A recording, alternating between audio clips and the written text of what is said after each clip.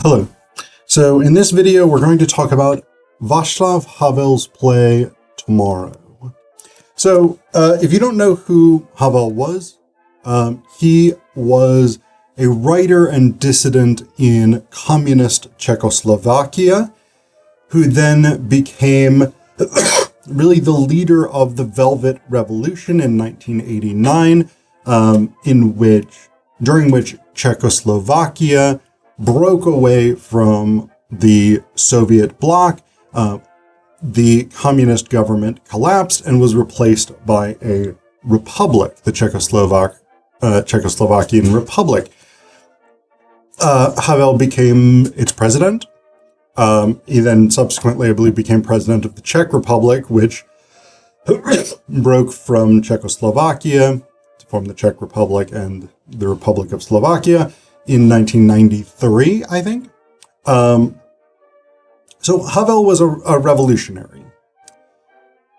The play Tomorrow is about a previous revolutionary, Alois Rasin, who was a leading figure in the 1918 revolution that brought an independent Czechoslovakia into the world. It broke Czechoslovakia out of the broader empire of Austria-Hungary, as Austria-Hungary collapsed at the end of World War I. And Rasin was a central figure in establishing the independence of Czechoslovakia. He was its first finance minister. He basically wrote the constitution of Czechoslovakia. He created their currency. So he was a massively, massively important person. And so Tomorrow is essentially Havel, a revolutionary. So this play comes out it premieres in 1988. The Velvet Revolution occurs in 89. So Havel's not sort of officially a revolutionary at this point, in that he has not led the revolution, but it's pretty close. So he must have had a relatively shrewd idea that this was going to happen in the near future. And so we have Havel, this revolutionary, or forthcoming revolutionary, writing this play about Rasin, this other revolutionary. And there is, of course, a great symmetry there, both in that they led revolutions, but also in that they led nationalistic revolutions aimed at establishing an independent and self-governing Czechoslovakia. And so there is that overlap. This is also a great example of historiographic meta-theater. And that's one of my favorite genres of drama. So historiography deals with questions of how we narrate history. What frameworks do we use to interpret and explain historical events? And what do those frameworks mean? Why do they matter? And then meta-theater is theater that is conscious of itself. Conscious of itself as theater, and conscious of itself within the structure of historiographic meta-theater. It is conscious of itself as constructing versions of history. Havel's technique for this is extremely Brechtian. That is, it is self-conscious, self-aware, and it breaks any idea of illusion, right? So the traditional approach to constructing theater for centuries was essentially what we call in drama and theater studies the willing suspension of disbelief, right? So when you see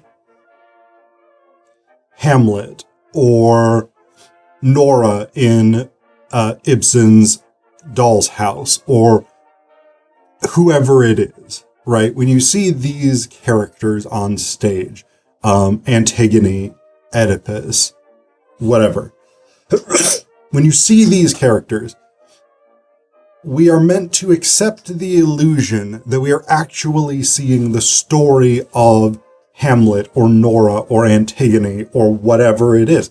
That we're actually seeing these events. And on some level we are, because these are fictionalized depictions. But Brecht, with the epic theater, comes to this idea of specifically destroying that illusion, of having actors step away from the performance and say, now, listen, audience, this is what's going on, and you want to be thinking critically about it. And so Havel does that consistently. And part of the reason that that really works in this revolutionary context is because what the epic theater is meant to do is to get audience members to reflect carefully about the social conditions that exist today, often by distancing the events depicted and putting them into a historical context. And so by exploring Rasin's story, Havel can get contemporary 1988 audiences to think carefully about the conditions under Czechoslovakian communism and prime them for the revolution that Havel, again, probably at this point knows is coming or is attempting to bring into existence.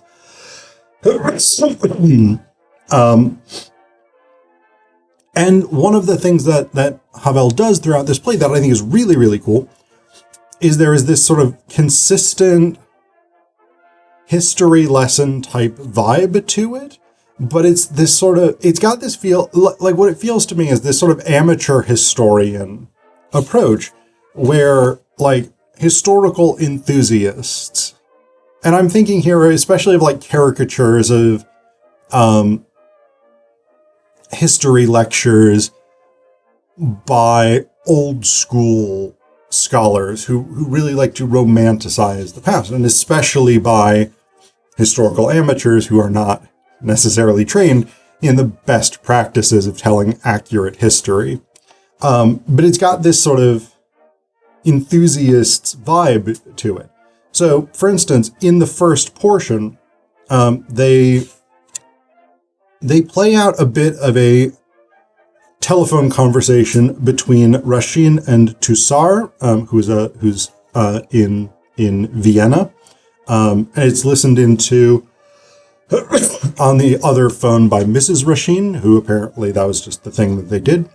And what actor A says, there's actor A, actress A, actor B. There's a number of people who are just labeled actor, and it is, again, breaking down this illusion of reality. At one point, what actor A says to the audience is, as the more informed amongst you will already have realized, we're trying to reconstruct what took place in the flat of Dr. Alois Rasin on the night of 27th to 28th October 1918. We will, of course, supplement the historical reconstruction with inventions of our own, but don't worry about us confusing your knowledge of history. We'll always make it clear what really happened and what we made up. So there is, again, this very much, this sense of like, this is a history lecture, but it's also a story. We're telling you a cool story here. And we get that even more so at the beginning of Act 2, where actress A says to the audience, Dr. Alois Rasin was at this time the real driving force behind the work of the Presidium of the National Committee. And it was on his evening conversation with Tusar that something which convinced him that the following day, that is the 28th of October, Austro-Hungary would capitulate, and the same day the National Committee must take into its own hands supreme power in an independent Czechoslovak state. That's to say, proclaim that state on home ground, take over all the public administration, and turn into reality that which shortly before had been accepted de jure, when the Allied powers had recognized the Czechoslovak National Council in Paris as the legitimate representative of a future Czechoslovak state. Then actor B says, how did Rasin actually envisage the founding of the state at that moment? What did he intend to do on the 28th of October? And then actress A says, it's a pity we don't know what Rasin and his wife talked about that night. However, let us speculate. So that bit, those last two bits, how did Rasin actually envisage the founding of the state at that moment? What did he intend to do on the 28th of October? And it's a pity we don't know what Rasin and his wife talked about on that night. However, let us speculate. Those very much give me the feel of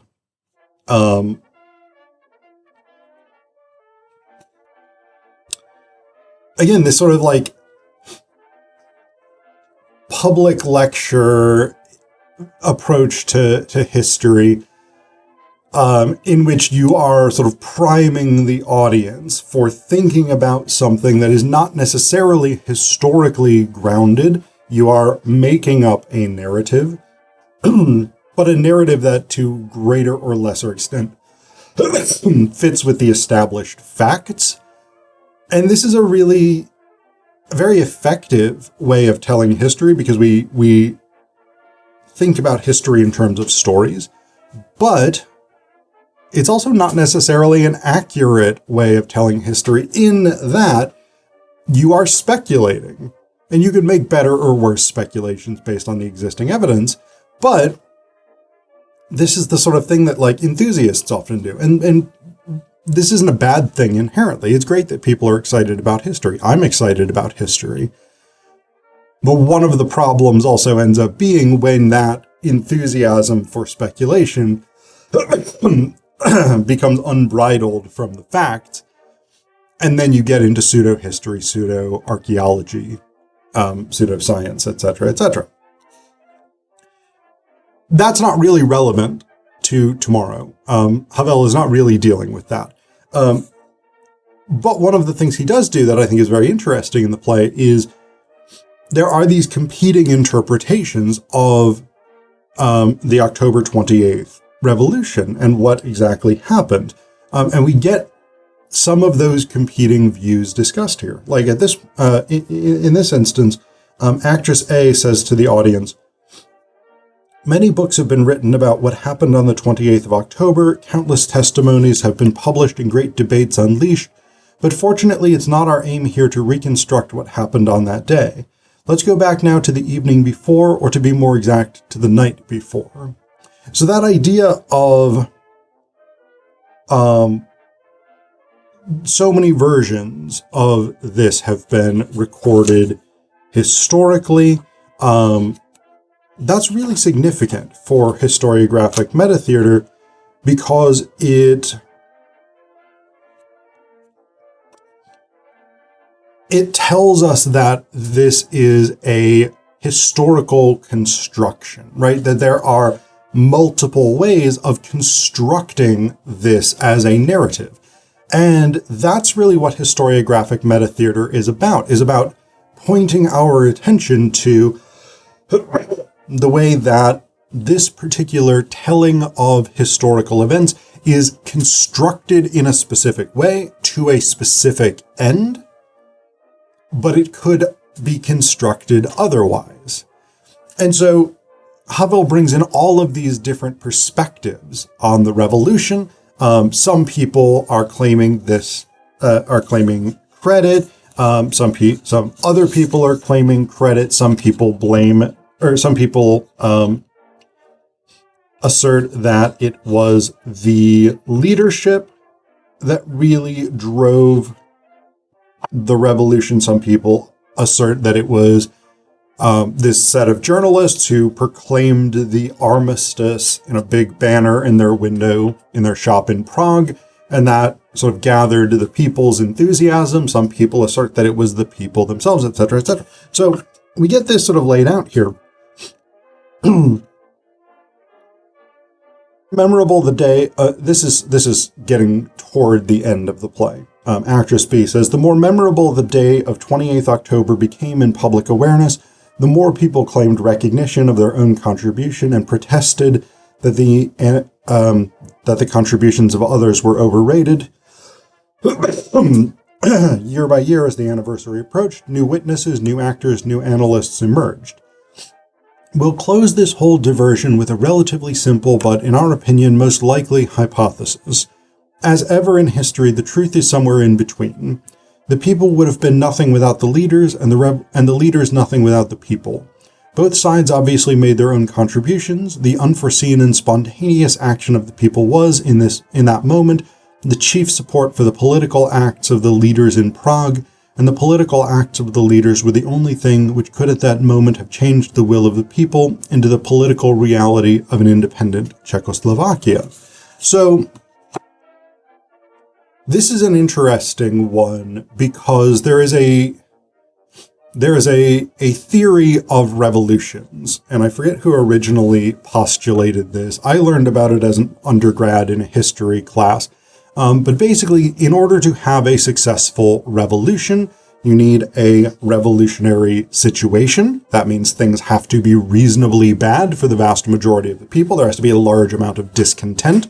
You need a revolutionary ideology, something that the people as a whole aspire to achieve, and that the people's popular leadership aspires to achieve, in this case, Czechoslovak nationalism, the independence of a Czechoslovak state, and you need a revolutionary vanguard, that is, people who can organize those revolutionary energies into practical action directed in effective ways against the state. And so if this is true, and I think it's a reasonably good reading of revolutionary situations, then what Havel is proposing here is absolutely correct. You needed both the people with their popular anger at Austria-Hungary, and you needed the revolutionary leadership with their organization, their planning, and their knowledge of what government offices and institutions to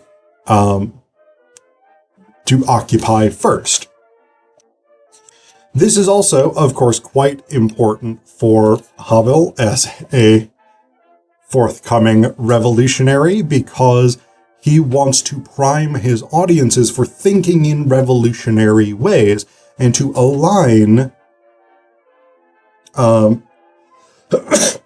his forthcoming revolution with the revolution of Rasin and the independence of Czechoslovakia. This becomes very, very important because it's part of the revolutionary ideology, right?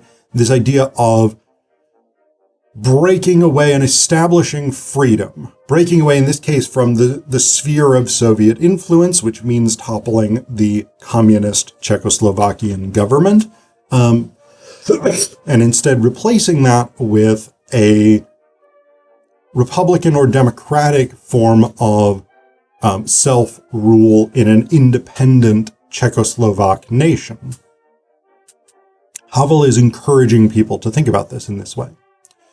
Another thing that of course is, so the last point that I want to make, I think this is really, really interesting. In the last portion of this, one thing that Rasin and his wife discuss is what's going to happen to the new republic. And Rasin raises these concerns. Particularly, he says here, it's not an easy matter to found a state. It's even more difficult to make sure it keeps going. Mrs. Rasin asks, do you think that the new republic might not keep going? Rasin says, it will be a small state with enormous minorities, in effect multinational, and what is more, geopolitically in an exceptionally exposed position. Supposing Germany gets back on her feet again. Mrs. Rasin says, oh, I think that the peace conference will make sure that nothing like that could happen. Rasin says, Carla, the tougher the conditions the conference imposes on Germany, the more dangerous will be the consequences. What if they turn Bolshevik? And can you imagine what it would mean for us if we had some sort of expansionist Germany as our neighbor, when we've got such a powerful German minority within our borders? So I think it's probably pretty unlikely that Rasin actually envisioned the rise of Nazism.